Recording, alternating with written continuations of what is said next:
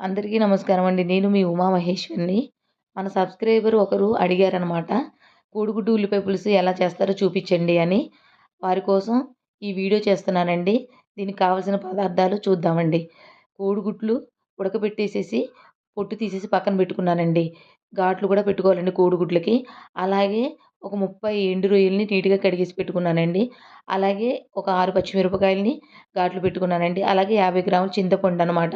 చింతపండు పులవగా ఉంటే తక్కువ వాడాలండి. పులప తక్కువగా ఉంటే ఎక్కువ తీసుకోండి. పులపను మాత్రం అడ్జస్ట్ చేసుకోవాలి. అలాగే ఒక 4 మీడియం సైజు ఉల్లిపాయలని చిన్న చిన్న ముక్కలుగా కట్ చేసుకోవాలండి.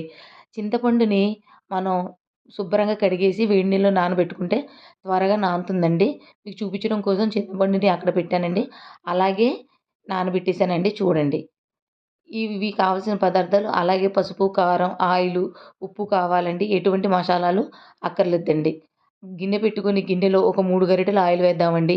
గిన్నె హీట్ ఎక్కిన తర్వాత దాంట్లో కాస్త పసుపు కూడా వేసేద్దామండి.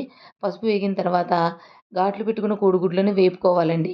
వేగనివ్వాలండి. కాస్త వేగాలనమాట. వేగిన తర్వాత వాటిని పక్కన పెట్టేసుకుందామండి. వాటిని పక్కన పెట్టుకొని ఇప్పుడు మనం ఉల్లిపాయలు కట్ చేసి పెట్టుకున్నాం గదండీ! ఆ ఉల్లిపాయల్ని వేసి వేగనివ్వాలండి.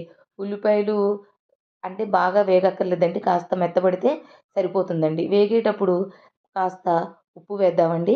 ఇది ఉల్లిపాయ పులుసు కాబట్టి ఉల్లిపాయలు ఎక్కువగా ఉండాలండి. ఉల్లిపాయ కోడిగుడ్డు పులుసు కాబట్టి.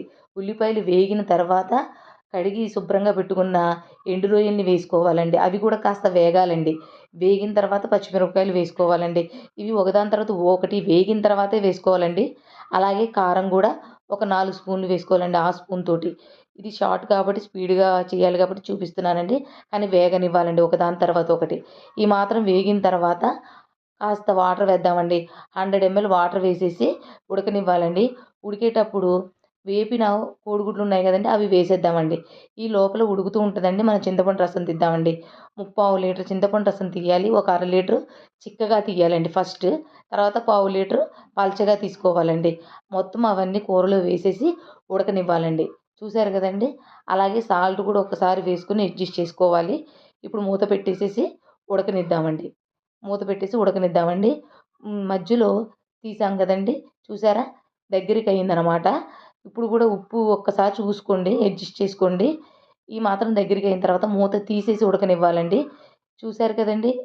ఈ మాత్రం ఆయిల్ పైకొచ్చిన తర్వాత పులుసు చిక్కబడిన తర్వాత కూర రెడీ అయిపోయినట్టేనండి. మీకు గనక అంటే నచ్చితే గనక ఈ కర్రీని ట్రై చేయండి. చాలా చాలా టేస్టీగా ఉంటుంది. మా వీడియోస్ గనక మీకు నచ్చితే లైక్ చేసి, షేర్ చేసి మా ఛానల్‌ని సబ్స్క్రైబ్ చేయండి. ఉంటాను.